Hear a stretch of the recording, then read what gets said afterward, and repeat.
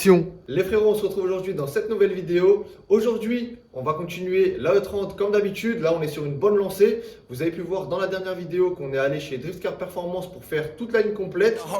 This beat ice cold, look how I ride this Zamboni. I feel like old Tony, good anywhere you throw me. She eat a Chobani, cause her body getting bony. Late night, heavy scrolling, vape light, heavy smoking. We got unhealthy habits, we've been on... La voiture, elle fait un son incroyable, mec, je kiffe beaucoup trop. Dans cette vidéo, on va aller faire un vrai premier tour avec la E30. On va pouvoir la tester. J'ai tellement hâte de voir ce que ça donne un M54 B30 dans la E30. Je pense vraiment que ça va être énervé de ouf. Mais avant de pouvoir la tester, on a encore 2-3 petites choses à régler sur la caisse. Comme vous avez vu dans la dernière vidéo, j'ai une petite fuite au niveau de mon radiateur. Donc c'est pas grand chose. Ça, normalement, on va le régler assez rapidement. Et vous pouvez voir aussi que sur la face avant, il nous manque une petite pièce qui est tout simplement un petit spal électrique pour pouvoir venir refroidir le radiateur et tout le système de refroidissement. Donc on va installer ça dans cette vidéo. Et dans un premier temps, ce qu'on va aussi pouvoir faire avant de pouvoir la rouler, c'est la laisser vraiment bien tourner, faire la purge de tous les circuits pour être sûr que la voiture ne surchauffe pas, que la direction assistée fonctionne bien comme il faut.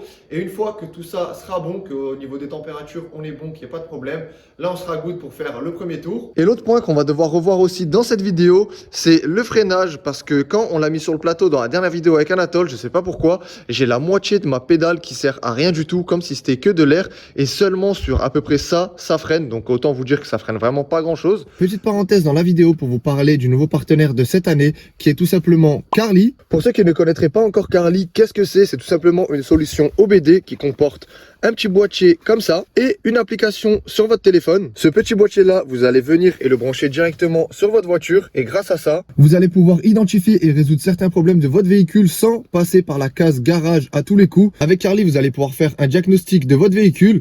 En plus de ça, vous allez pouvoir supprimer les codes défauts. Donc si jamais vous avez un petit voyant moteur qui s'allume pour un petit défaut pas majeur, vous allez pouvoir le supprimer vous-même, effacer votre défaut tout seul. Ça veut dire que vous allez aussi pouvoir économiser de l'argent tout au long de l'année. En plus de ça, vous pouvez aussi voir vos données en temps réel du moteur. En gros, toutes les informations que ton moteur donne à ton calculateur et qui passent par l'OBD, tu vas pouvoir les regarder en temps réel. Et ça, franchement, c'est incroyable. Ça, c'est quelque chose qui va beaucoup me servir pour ma E30, parce que vu que maintenant j'ai le M54 dedans, j'ai l'OBT, je vais pouvoir m'en servir. Tu peux aussi faire du codage, et vous savez que moi je kiffe BMW, et chez BMW, tu peux faire énormément de codage. Il y a plein de choses pour le confort, débloquer certaines options, rajouter par exemple les veilleuses US, ce genre de choses là. De toute façon, on va vous montrer ça dans quelques instants avec Anatole sur sa E61. Ce que tu peux faire encore, parce que c'est pas fini, tu peux vérifier le kilométrage du véhicule. Donc ça, c'est vraiment top quand tu vas l'acheter une voiture. Ton petit boîtier Carly qui rentre dans ta poche ou dans ta sacoche. T'as vu la petite rime, c'est joli. T'arrives pour faire ton petit achat, tu branches ton Carly et tu vas pouvoir voir toutes les données du véhicule, le kilométrage, voir si c'est pas tapé. Ça, franchement, c'est vraiment important. Et une des fonctionnalités aussi qui est cool avec Carly, c'est que vous allez pouvoir aussi avoir un suivi de votre entretien. Ce que je vous propose maintenant, c'est qu'on aille chez Anatole, qu'on teste ça sur sa E61, qu'on fasse un petit codage pour vous montrer comment ça fonctionne. Donc, let's go, on y va. Hep, les frérots, calm down. J'ai oublié un petit truc. J'ai un petit code promo pour vous. Si vous utilisez le code ROAD2 qui va s'afficher juste maintenant, vous allez pouvoir économiser 15% sur l'achat de votre Carly. Donc ça, pour commencer l'année, ça fait plaisir. Bon les gars, du coup, on va vous montrer vite fait un petit peu de codage sur la E60 à Anatole avec le Carly. Donc, et voilà, ça y est. Et 61, excuse-nous monsieur. Vous montrer une des fonctionnalités, vous en avez plusieurs, mais là on va mettre les veilleuses US. Donc là pour l'instant il a pas. Donc déjà, les veilleuses US les gars, c'est pour que les clignotants ils restent allumés ici, et là on fait ça en mode ghetto, hein, sur le trottoir, à bord de la route. Mais ça qui est bien, tu vois, avec le Carly, tu peux faire ça partout, tu le mets dans la poche, t'es bien. T'es bon vendeur. Donc là, vous voyez, d'origine, c'est comme ça. Donc Anatole, vu que c'est une LCI, il y a déjà ça ici. Ça, c'est déjà super stylé. Et hop, quand vous lancez l'application Carly, bim, directement en E39. On peut voir état du véhicule, très mauvais. Nickel, la E39. Donc là, on va changer ça. On va mettre la voiture d'Anatole. Bon, elle est déjà enregistrée parce qu'on avait déjà essayé un petit truc dessus. Nous, on va aller dans codage. Donc nous, on va aller dans module d'éclairage. Là, ce qui est bien, tu vois, ça te fait une petite sauvegarde avant. Comme ça, si tu fais de la merde, tu vas pas tout niquer. Feu de jour clignotant avant. Donc, on voit qu'il y a écrit arrêt, marche. On va juste cliquer sur marche. Le codage est réussi. On se retrouve dehors, on va regarder ça. Ah ouais, Vous voyez, ça vient de s'activer. Bon, il y a juste celui-là, chez Anatole, il fait que faire comme ça parce que c'est pas un d'origine. Mais en gros, Vous voyez, ça fonctionne, ça a activé comme ça. Mais franchement, ça fait stylé de ouf, hein, les veilleuses US, vu que tu as le truc LCI au-dessus. Et ce qui est bien aussi, les gars, c'est que vous voyez, pour coder, c'est super rapide. Et si maintenant on veut pouvoir l'enlever, bah, c'est tout aussi rapide. Il suffit juste de retourner dans le menu, codage, l'enlever. Vous faites coder et vous revenez à la normale en 2-2. On va faire arrêter. Là, tu refais coder. Putain, ça se prend vraiment vite en main, hein. Et là, normalement, les gars, bim, en 2-2, on ressort. Et il n'y a plus rien. Vous avez mon code de réduction dans la description qui va s'afficher juste ici. Donc n'hésitez pas les frérots. Et on se retrouve dans une prochaine vidéo où je vous remontrerai encore d'autres fonctionnalités sur le Carly qu'on peut faire. Est-ce que tu as quelque chose d'autre à dire, Anatoly? Non, c'est beau. Je crois que je vais l'acheter.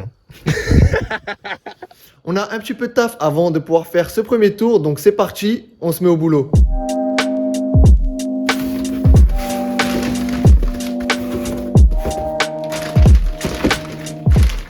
Vu qu'on change pas une équipe qui gagne, j'ai repris un Mishimoto. J'avais déjà exactement le même dans la E30, sauf que quand j'ai enlevé le swap M50 et que je l'ai mis dans la E36, j'ai pris tout ce qui était radiateur et refroidissement de la E30 pour le mettre dans la E36.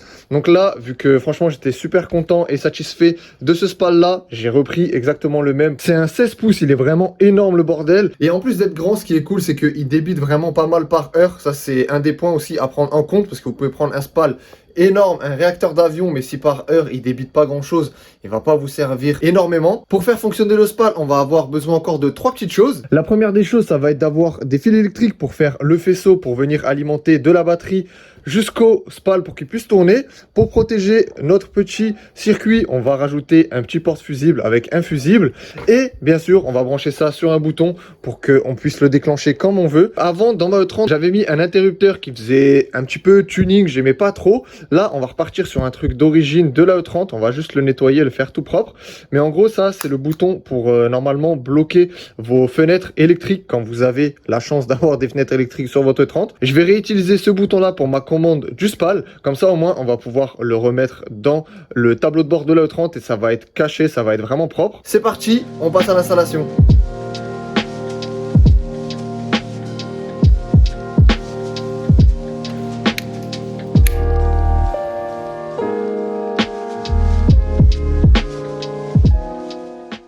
Ah, sa mère, putain, j'ai trop le seum. Ah, hier soir, les gars, je vais pas vous mentir, j'ai rage quit tout fort. J'avais tellement le seum pour le radiateur. Mais c'est pas grave, aujourd'hui c'est un autre jour. Là, bon, ça caille de fou, mais c'est pas grave, je suis motivé.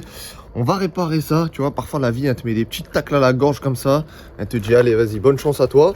Mais c'est pas grave, on va pas craquer, ça va le faire. On va ressortir le radiateur, on va essayer de le réparer. Parce que, comme vous le savez, j'ai un radiateur là de E36 325 avec le bocal intégré. Et moi, je sais pas si ça va suffire ou non, ce radiateur-là avec le M54. Donc là, je voulais juste faire une phase de test. On allait la faire en plus dans cette vidéo. J'avais juste à installer le spal, le brancher, histoire qu'il puisse fonctionner. On laisse tourner la caisse et on regarde si ça chauffe ou non. Et là, bon, pour l'instant, ça s'est pas passé comme prévu. Et là, on voit dans la nuit, ça a encore un petit peu coulé. Mais, vous voyez, ça coule pas de fou, hein. Je pense qu'il y a moyen de faire quelque chose avec une petite pâte bicomposant ou un truc comme ça. C'est juste là. Parce qu'en fait, comme vous pouvez le voir, moi, mes spals, je les fixe toujours avec des rilsons directement sur le radiateur. Parce qu'une fois, j'avais essayé les attaches spéciales pour les spals sur radiateur où vous passez comme un genre de rilsan directement dans le radiateur et de l'autre côté il y a une attache, ça vient prendre en sandwich comme ça dans le radiateur. Sauf que il y en a 3 qui avaient cassé sur les 4. J'avais le spal, il se baladait comme ça, il tenait plus qu'avec un. Maintenant je mets des rilsans, ça tient super bien. J'ai ça sur toutes mes caisses où j'ai mis des spals. J'ai toujours fait comme ça maintenant. La E36, il y a ça, le spal il a jamais bougé. Et malheureusement quand je l'ai mis là, le rilsan n'était pas top tu vois. Je pouvais le serrer encore un petit peu mais je l'avais pas fait passer comme il fallait. Donc du coup je voulais le couper. Quand j'ai coupé, ben j'ai pas vu que j'ai pris un tout petit peu le radiateur derrière et ben quand j'ai coupé, bah ça l'a coupé quoi. Ah, j'ai le seum quand même, mais bon, c'est pas grave. On va voir s'il y a pas moyen d'appliquer une petite pâte bicomposant, un petit truc, tu vois, histoire de le réparer, même si c'est que temporairement. Même si ça tient pas pendant 15 ans, moi je veux juste que je puisse faire mes premiers tests, mes premiers tours de roue, même si dans, je sais pas, 1000 km ça refuit, je changerai le radiateur. Au final, ça se trouve, je vais devoir prendre plus gros. Donc bon, c'est parti les frérots.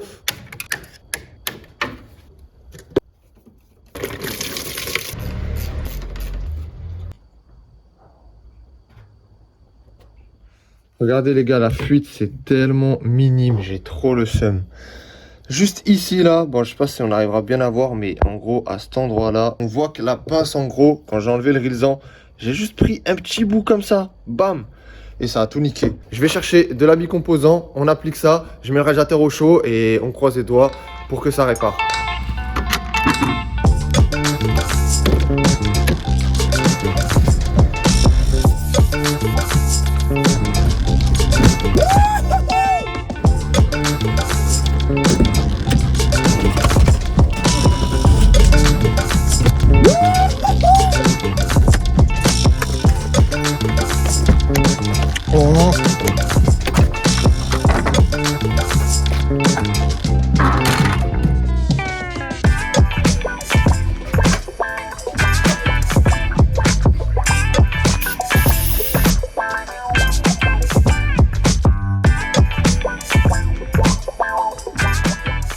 Le radiateur est en train de sécher à la maison tranquillement.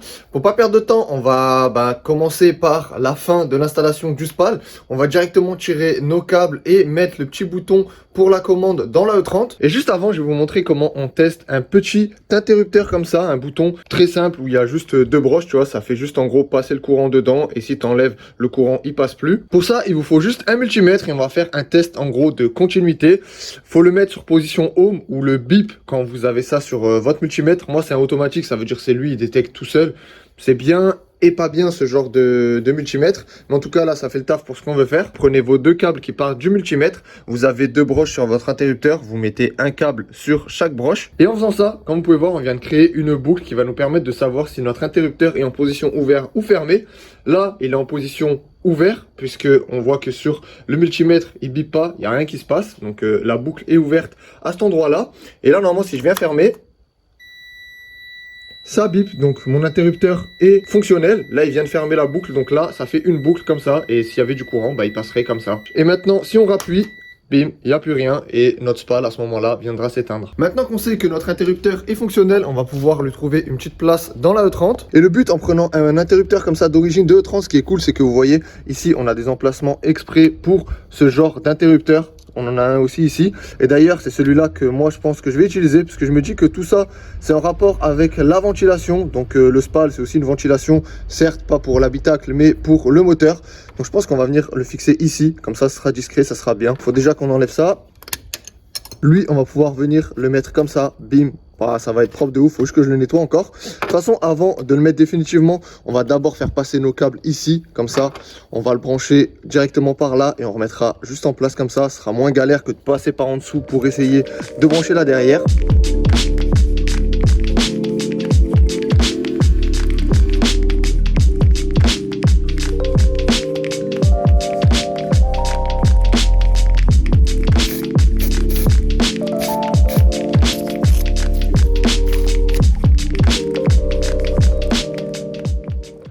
Bon, ça a bien séché, on va pouvoir regarder ensemble, tester, voir si c'est bon ou pas. En tout cas, le truc c'est incroyable, hein. C'est dur comme du béton mon pote. J'espère que ça va faire le taf. J'ai tout remonté, je vous ai passé ça, j'ai mis le niveau au max. Là, on va juste ouvrir la petite vis de purge, histoire que ça descende encore un peu. On fait tourner un petit peu la 30 et on va voir, hein. Ah là là, à chaque fois, c'est tellement un plaisir de la démarrer maintenant qu'elle est à la ligne.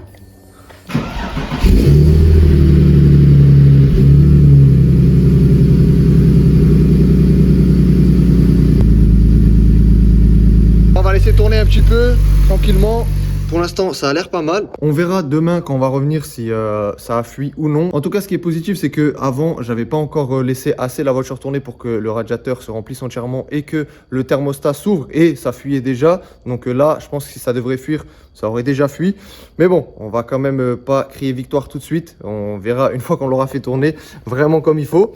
En attendant, là, ce que je vais faire, c'est que je vais quand même installer le SPAL en espérant cette fois-ci ne pas le trouer. Et comme ça, je vais pouvoir terminer le branchement du SPAL. Donc vous avez vu que le plus, je l'ai déjà ramené jusqu'à ici. Le porte-fusible est en place. Les deux câbles sont déjà tirés pour aller jusqu'au bouton. Je vous passe tout ça et je vous reprends pour le test avec le bouton. Salut les frérots, je viens de finir le branchement. Donc là, la petite masse que j'ai repris juste ici. Le plus que j'avais ramené. Donc là, j'ai juste eu à faire les petites cosses. Et là, normalement, ça devrait fonctionner.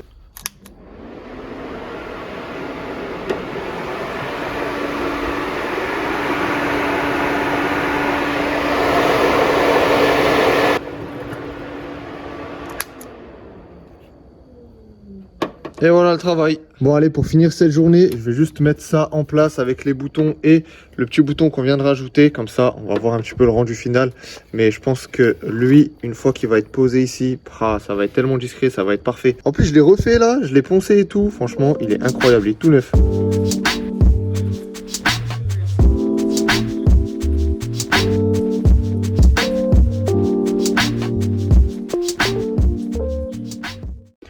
Ah, franchement, le bouton là, il est vraiment pile poil à l'emplacement qu'il faut. C'est grave discret, j'aime beaucoup. Et là, et bim. L'installation du SPAL, c'est tout good. Maintenant, je vais pouvoir rentrer tranquillement et demain soir, on va se retrouver pour regarder si la réparation de Fortune a marché. Je rentre tranquillement et on se retrouve demain pour voir ça. On est 3 jours plus tard, j'ai pas eu le temps encore d'avancer sur la E30 depuis l'autre soir. Je suis même pas venu voir le radiateur si ça fuyait. Entre nous les gars, j'espère vraiment que ça fuit plus. Déjà l'autre soir, je suis vraiment parti comme un voleur, là j'ai tout laissé.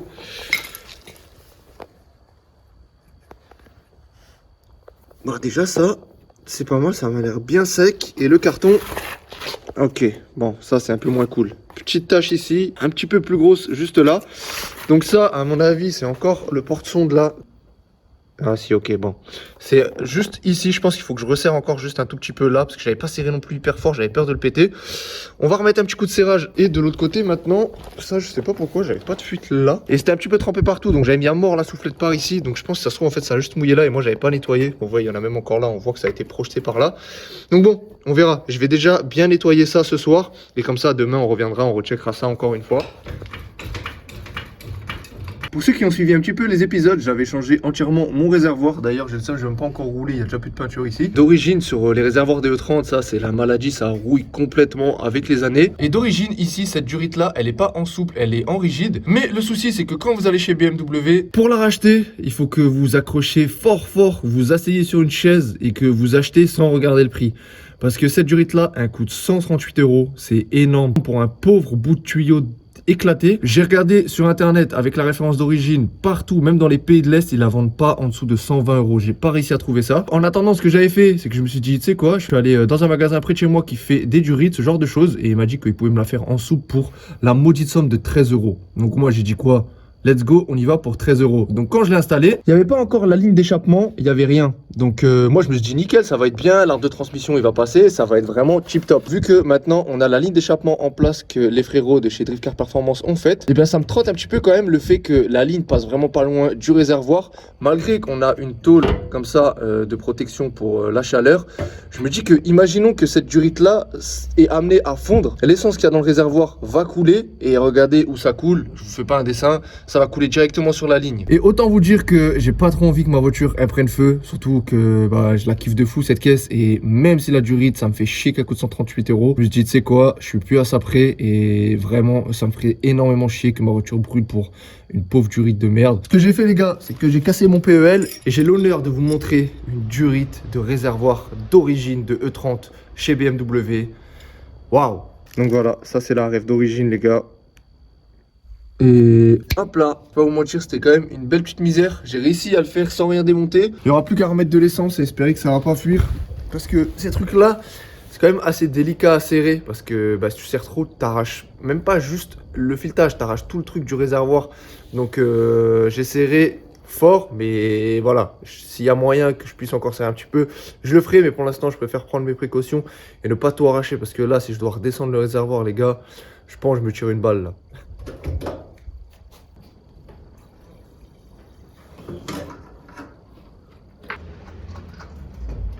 À demain. Je viens de rentrer du travail, les clés à la main, la voiture déjà levée. Je suis allé en dessous pour vérifier et bien évidemment, il fallait que ça fuit un petit peu, sinon c'était pas drôle. De ce côté-là, il n'y a pas de fuite, mais par contre ici, ça sointe vraiment très légèrement. On voit ici, vous voyez, j'ai le doigt, il est tout humide. J'espère que je vais pouvoir serrer encore un petit peu.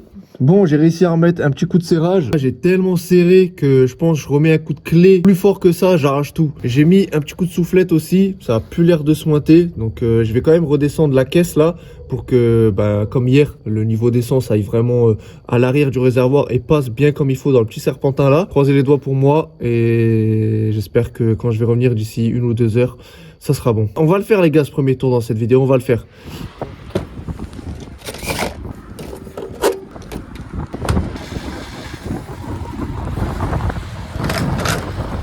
Il y a un vent aujourd'hui, laisse tomber. Hier soir, je suis retourné à la E30, j'ai vérifié, ça a plus l'air de fuir, donc ça, c'est déjà une bonne chose.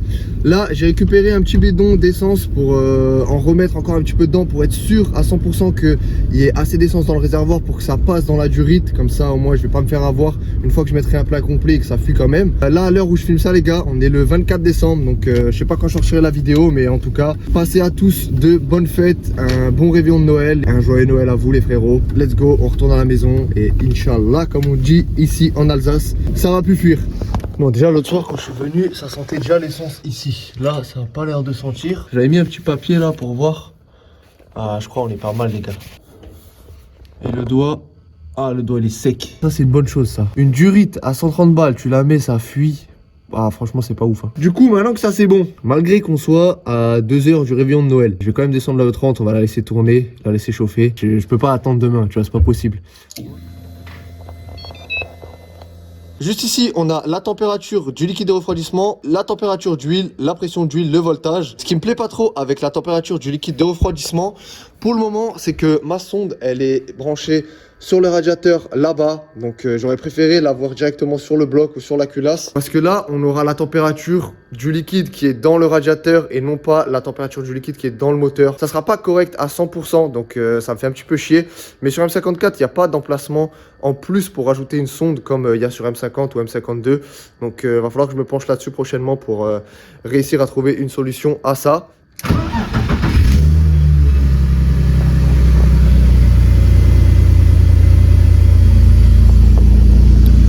Bon bah c'est parti, on va laisser monter ça tranquillement et je vous reprends au fur et à mesure.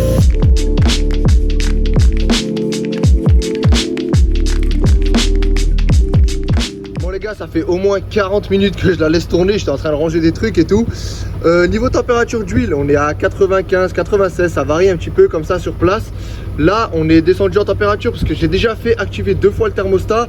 J'ai mis le spal en marche, franchement, pour l'instant, on est vraiment nickel, ça redescend bien en température. Et là où je suis content, c'est que vraiment, depuis avant, je le laisse tourner, il tourne vraiment super bien. Il n'y a pas eu de raté une seule fois, il n'y a vraiment eu aucune galère. Donc ça promet que du bon pour la suite normalement. Et ce qui me fait plaisir de ouf, c'est que c'est la première fois que je fais un swap et directement ça tourne bien, il n'y a pas de galère et tout. Mais avant de la couper pour qu'on puisse checker les fuites, on va mettre 2-3 petits coups de gaz pour passer un bon réveillon tranquillement. On va se faire plaisir et écouter encore le son du M54. En plus là la ligne elle est chaude, le moteur il est chaud, donc je pense que ça va être pas mal. Les voisins, pardon d'avance, joyeux Noël.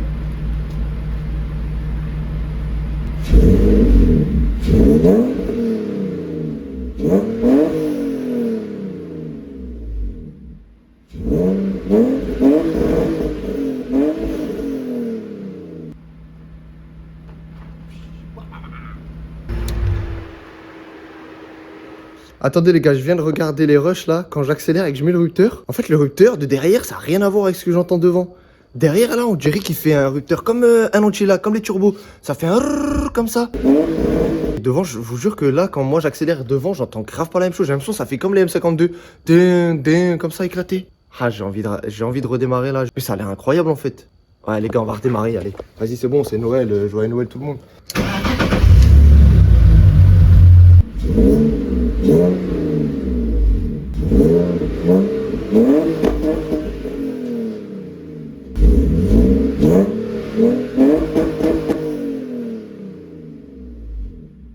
Je viens de regarder les rushs que vous venez de voir et ça m'a paru trop bizarre parce que quand j'ai fait le premier rupteur, ça a fait un petit peu comme les turbos, un genre d'anti-lag, mais une fois et après plus rien. Vous avez vu quand j'ai refait un rupteur derrière, ça faisait un rupteur normal. Ouais, c'était quand même assez chelou. Je vais quand même enlever là mon cache-culbuteur, regarder toutes les bougies, voir qu'il s'est pas passé une dinguerie.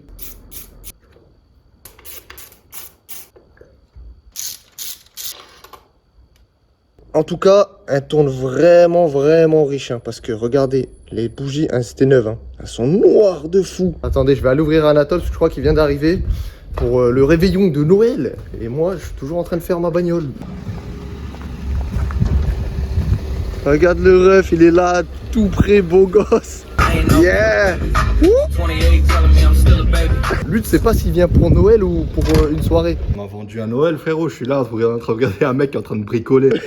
C'est quoi ça? T'inquiète, c'est la deuxième partie, ça. Mais est-ce que, par hasard, quand elle faisait des rupteurs de fou là, il y a 2 secondes, c'était pas quand elle tournait à 5?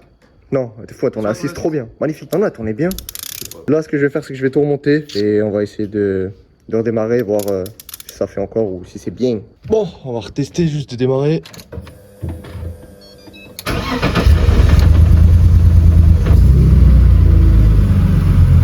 Tentative 1862. Au pire, je brancherai le Carly après.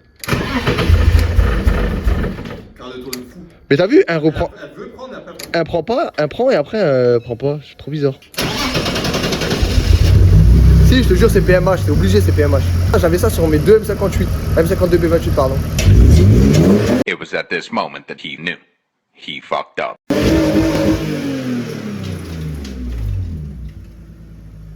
T'as entendu? Il s'est passé une dinguerie là. Oh, c'est la merde, frère. Là, le bruit que ça fait, quand même, peut-être le bruit de la chaîne. Ah, ok, peut-être le tendeur de chaîne est mort. Ouais, et du coup, tu sais, quand t'es à fond rupteur et que tu relâches, la chaîne elle bouge comme ça. Ah, c'est possible. On dirait un bruit comme ça un peu. On envoie le cache putain. Vas-y, pour ce soir, on va en rester là, hein, parce que c'est quand même Noël. Et par contre, oui, c'est ça que je voulais vous montrer avant et Anatole, il est arrivé. Mais avec le radiateur, je sais pas pourquoi ça fuit ici. Bah là, vous voyez, ça fuit à cet endroit-là. Et la réparation que j'ai faite, ben en fait, ça tient pas, ça fuit quand même ici. Et le truc qu'il y a sur quasi tous les radiateurs de E36, ben ici, ça commence à fuir déjà, alors que le radiateur, il est neuf. Donc bon, je pense que je vais pas me casser le crâne. Je vais passer directement sur un Mishimoto avec le vase déporté. J'aurai quand même un truc posé sur la tourelle, mais je préfère avoir un truc posé sur la tourelle et que je sais que mon moteur il va bien refroidir ce radiateur-là et que ça va pas bien refroidir et que je risque de baiser mon moteur. Donc déjà là, je me demande s'il est pas baisé à moitié. Il va falloir que je refasse très certainement juste cette durite là. Et là où ça risque de poser problème aussi, c'est avec la durite de direction assistée que j'avais fait passer ici. Parce que par là vous voyez mieux, mais vous voyez le radiateur il s'arrête ici, le Mishimoto il va aller plus loin. Donc je pense que ça va taper dans cette durite là. Il va falloir que je change aussi celle-là. T'es content? Moi j'ai faim. Est-ce que du coup là quand tu vois ces galères, t'as hâte de faire ton V8? Ouais, parce qu'après je casse tout. Ouais, c'est vrai de ouf. Bon allez frérot, je vous reprends demain, on continue ça. Allez les gars, c'est parti. J'avais oublié ce détail de ma voix. Hier, je sais pas pourquoi, durant la soirée, j'ai perdu complètement ma voix. Donc là, ça va être compliqué pour filmer un peu. Il y a pas mal de trucs à dire de hier, parce que quand on est rentré avec Anatole, on a regardé les rushs. Mais j'ai une voix, frérot. Et je suis un camionneur, oh putain. Moi qui étais content, parce que quand je l'ai laissé tourner sur place, c'était nickel, c'était bien. Et ben là, je pense qu'on va avoir un petit souci. Vu que j'ai pas encore fait le montage, je sais pas si vous allez vraiment bien entendre, mais à la fin, vraiment, on entend. Ça fait quand même pas mal flipper sur le coup. Ça m'a pas trop choqué. En regardant la vidéo hier, vraiment, j'ai dit, ah ouais, mais là, c'est chaud de ouf. Là, on essaie de la démarrer. Elle démarre plus au quart du tout, la caisse. Elle galère comme si, soit il y a une dent qui est décalée, soit le PMH qui est KO. Et je préfère juste vous le dire, les frérots. Pour ceux qui vont dire, ouais, il aime pas encore rouler avec la voiture, il fait juste des rupteurs et tout, c'est n'importe quoi.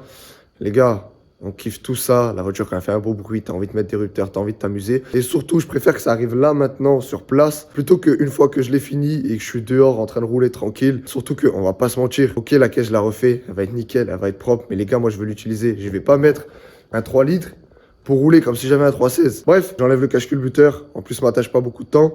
Vu que c'est Noël, encore des repas de Noël, tu connais frérot, ça s'arrête jamais. On regarde déjà au niveau de la culasse, des arbres à cam, la chaîne aussi, s'il n'y a pas une dinguerie. Si jamais je vois qu'il y a tout qui a l'air d'être en ordre, si j'ai encore le temps, je commence à démonter l'admission. On va regarder dedans, on va regarder les soupapes, voir s'il n'y a pas une dinguerie. Donc let's go les gars, on attaque ça.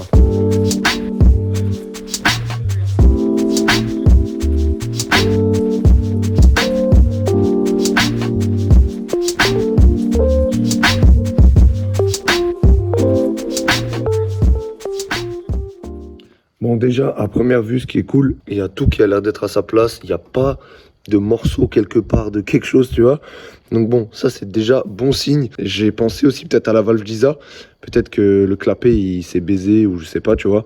Donc je vais remonter le cache-culbuteur. Je vais vérifier, la chaîne ici, elle est bien tendue. Je viens d'enlever l'admission, j'ai regardé un petit peu à gauche, à droite, il n'y a rien qui a l'air bizarre. J'ai regardé aussi au niveau des soupapes, voir, je sais pas s'il y a un truc qui est bloqué ici ou s'il y en a une qui est de travers ou quelque chose. Mais de ce côté-là, franchement, ça a l'air pas mal. J'ai vérifié aussi dans l'admission, voir s'il n'y avait pas quelque chose. Il n'y a rien non plus. J'ai démonté la valve d'Isa, elle est toujours en bon état. toujours en une seule pièce. Il n'y a pas de jeu, franchement, elle est comme quand je l'avais démonté et remonté. Sur M54, vu que le capteur PMH est en dessous du démarreur, vu que là, il n'y a plus d'admission, j'en ai profité pour le démonter. De ce côté, il est tout bien. Et par contre, de ce côté-là, il a pris tarif de fou. Donc, malheureusement, je ne sais pas si c'est dû à là ce qui s'est passé ou si quand j'ai acheté le moteur, il était déjà dans cet état-là. C'est vrai que, putain, j'aurais dû le démonter au moins juste pour voir la gueule qu'il avait avant de mettre le moteur dans la E30. Comme ça, au moins, ça aurait pu me confirmer s'il y avait déjà ces traces-là dessus ou non. Mais bon, quoi qu'il arrive, même si ça a été fait avant, un capteur PMH, c'est pas censé avoir cette gueule-là. Et là, ce qui est un petit peu plus embêtant, c'est que vu que dans le cache-culbuteur, on a regardé, tout a l'air en ordre, dans l'admission, il n'y a pas de souci. Au niveau des soupapes, il n'y a rien. Bah, ça veut dire que le problème viendrait plutôt du bas moteur. On vidange, on regarde la gueule de l'huile et si on voit que c'est pas joli, bah les frérots, hein, j'ai toute la journée devant moi pour sortir le moteur, donc on aura un petit peu le temps quand même. Ah là là, les problèmes. C'était sûr, fallait qu'il m'arrive une galère, c'est obligé. L'huile, elle coule, elle est encore toute neuve. On verra après, une fois que ça sera bien rempli, la gueule qu'il y a dedans.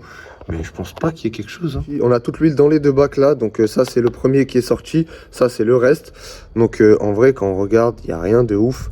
Après, quand je fais comme ça un petit peu, vous voyez que ça laisse des petites traînées un petit peu blanches, grisâtres. Mais ça, c'est aussi parce que les coussinets de bielle, ils sont tout feneux. Il reste toujours un petit dépôt dans l'huile comme ça. Sur la première vidange et des fois la deuxième, ça dépend. Il n'y a vraiment rien de ouf. En tout cas, par rapport au bruit que ça a fait, moi, je m'attendais à soit ça soit tout gris complet avec même des petits morceaux ou des trucs comme ça. Alors que là, il n'y a rien du tout. Quand j'ai fait mes coussinets sur le M50, ma première vidange, c'était même pire que ça encore. Hein. Dans tout ça, ce qui me fait le plus chier, c'est vraiment le capteur PMH qui a cette gueule-là. Parce que si je l'avais démonté, il avait une gueule bien. L'huile était comme là, nickel. Dans l'admission, on n'a rien vu. Les soupapes, côté admission en tout cas, elles sont bien. Dans le cache-culbuteur, il n'y a rien. Je me serais dit, c'est pas grave, j'achète quand même un capteur PMH pour retester. On démarre, on regarde ce qui se passe. Et voilà, on aurait fait les premiers tours de roue. Mais le problème, c'est vraiment que le capteur PMH, c'est pas normal qu'il a cette gueule-là, tu vois. Ah, punaise, c'est chiant. C'est vraiment relou. Je pense, les gars, je vais ressortir le moteur, tant pis. Hein. Je vais tomber le carter, au moins juste pour être sûr à 100% qu'il n'y ait pas quelque chose bloqué quelque part. Bon, j'ai bien réfléchi là pendant 15 minutes et vas-y, on va sortir le moteur. Je pense que c'est le plus intelligent à faire. Il nous reste support de boîte, la ligne enlevée, support moteur. Et, franchement, ça va aller très vite. On part sur un accéléré, je sors le moteur. Je pense dans 2 heures, 2 heures et demie max, il va être sorti. Le plus long, ça va vraiment être d'enlever ce qu'il y a sous la caisse comme d'hab, vu que je suis au sol. Mais bon, c'est parti. Malgré les galères, les gars, faut rester positif.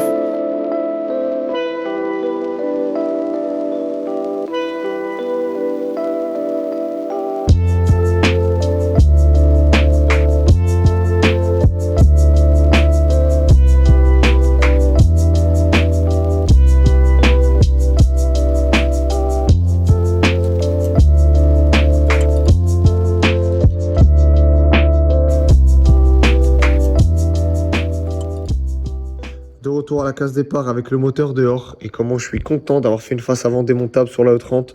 C'est tellement utile surtout pour ce genre de galère et c'est pratique de fou. Maintenant on va enlever le carter en espérant qu'il n'y ait pas une dinguerie qui se cache là en dessous.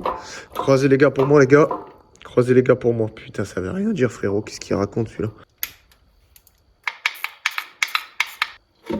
Ah voilà. Ça sent les problèmes forts. Juste écoutez ça. Putain, on n'a même pas encore fait un tour avec, il est déjà cassé le moteur là. Putain, mais moi j'ai de la chance mon pote, laisse tomber. Comment j'ai bien fait de sortir le moteur et d'enlever le carter. Parce qu'il y a bien des trucs au fond du carter. Et je me suis dit, en voyant le capteur PMH, parce que sur M54, le PMH il se met ici. Je me suis dit, si le capteur PMH il a pris un coup ici. Je sais qu'il y a cette tôle là en dessous. Donc si imaginons quelque chose s'est cassé là. Donc peut-être des dents là-bas derrière, je sais pas du tout. Hein. Et que ça allait ici, ça m'étonnerait très fortement que ça aille de nouveau jusqu'à là et que ça aille dans la crépine ou même quand je vidange que ça tombe directement. Donc je me suis dit, il y a fort moyen que quelque chose est bloqué là. Et vous allez voir, c'est exactement ça en plus. Et vous voyez, à cet endroit-là, on n'a rien du tout. Donc là où il y a toute la contenance en huile, ça vient se poser ici. Mais par contre, ici, vous voyez, on a des morceaux. Mais je sais pas de quoi. Et ce qui me paraît bizarre, c'est que vous voyez, ça a l'air d'être quelque chose avec des cannelures. Donc à mon avis, il y a un pignon, quelque chose qui a pété complètement. On va démonter la plaque dans le carter, essayer de voir d'où ça vient. Et ce qui me paraît aussi bizarre, c'est que j'ai l'impression que ma chaîne de la pompe à huile, elle est détendue. Je me souviens plus si c'est censé être plus tendu que ça. Mais normalement, T'es censé avoir plus de tension que ça, non? Bon, de toute façon, là, on va le savoir directement si ça vient de là derrière. Parce qu'en enlevant la plaque, s'il y a encore des bouts, ça va tomber. Toujours, il m'arrive des galères, les gars, avec cette 30. C'est un truc de ouf.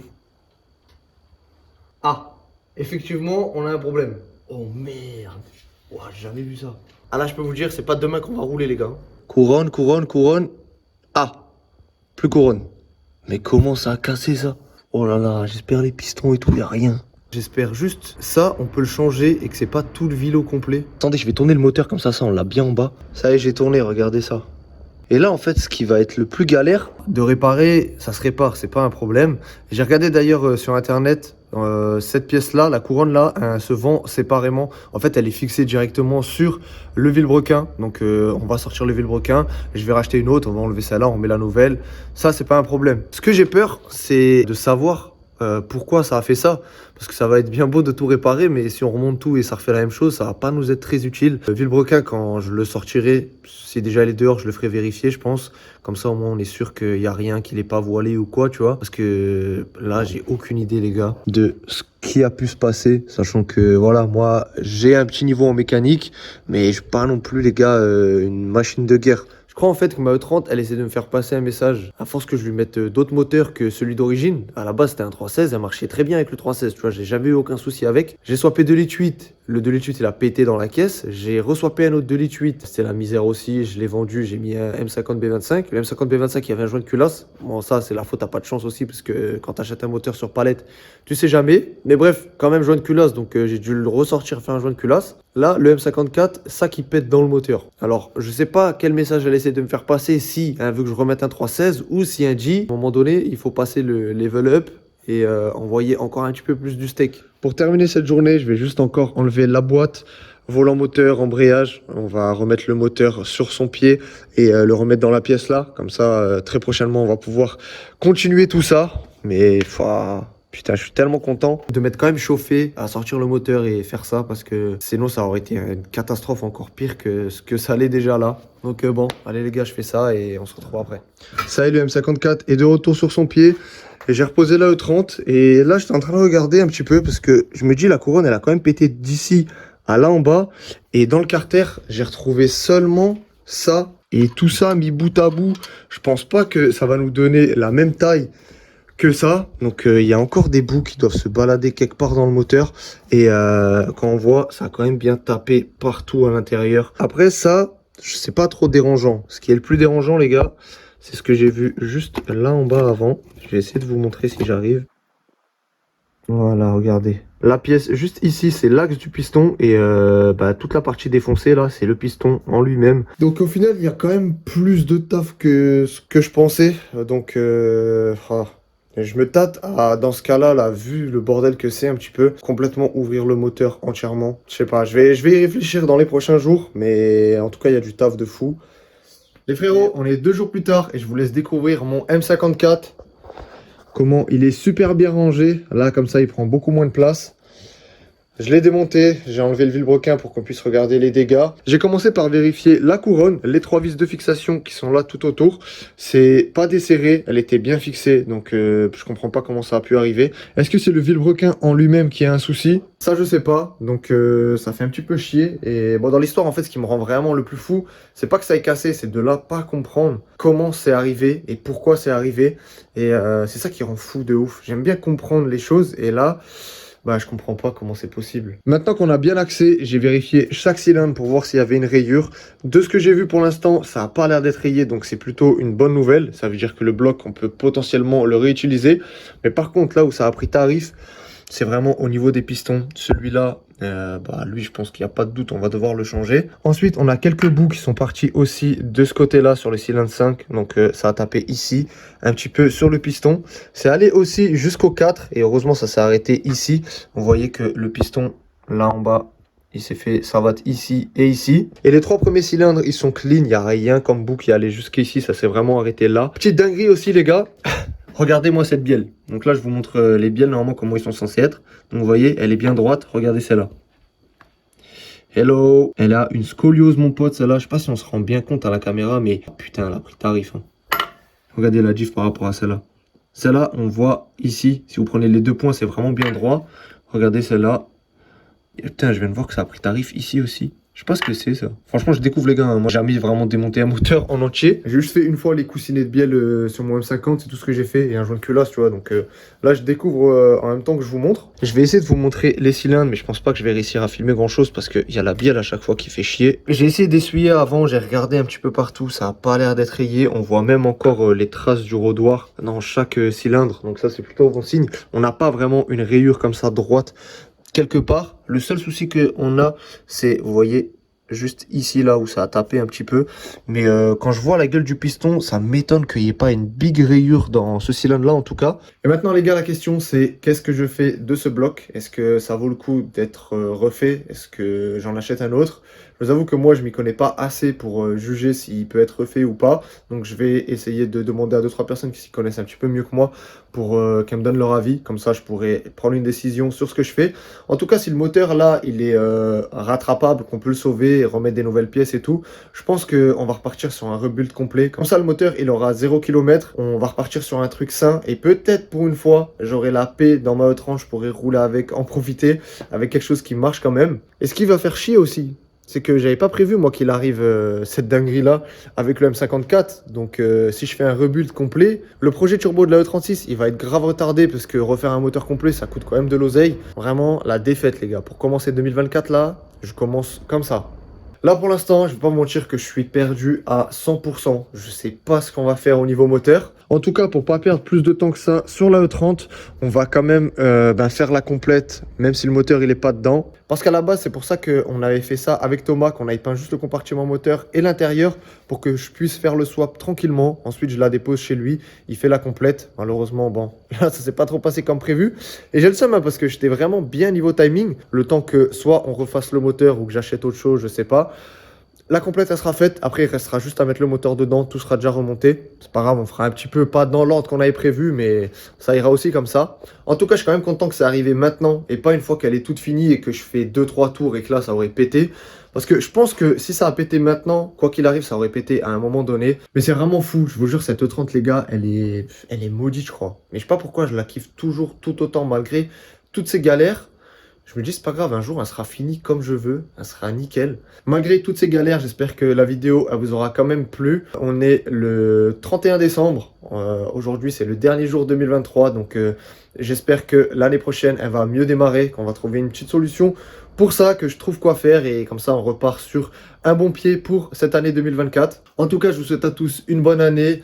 Plein de bonheur et surtout des rupteurs. Tu pensais que j'allais dire la santé, hein? Pas du tout. Non, bien sûr, la santé, c'est important, c'est même le plus important, parce que sans ça, tu vas pas faire grand-chose. Mais pour le reste, les gars, bien sûr, il faut vous faire kiffer à fond. En tout cas, sachez que tout est possible dans la vie. Il faut juste se donner les moyens. Donc voilà, sur ces belles paroles, moi, je vais rentrer parce que comme pour Noël, je vais encore être en retard pour Nouvel An. Je vous dis à très vite, je l'espère, pour un prochain épisode de la E30. En tout cas, je vais bien réfléchir, bien lire vos commentaires et je ferai un choix sur ce qu'on va faire. Je vous dis à très vite pour une nouvelle vidéo.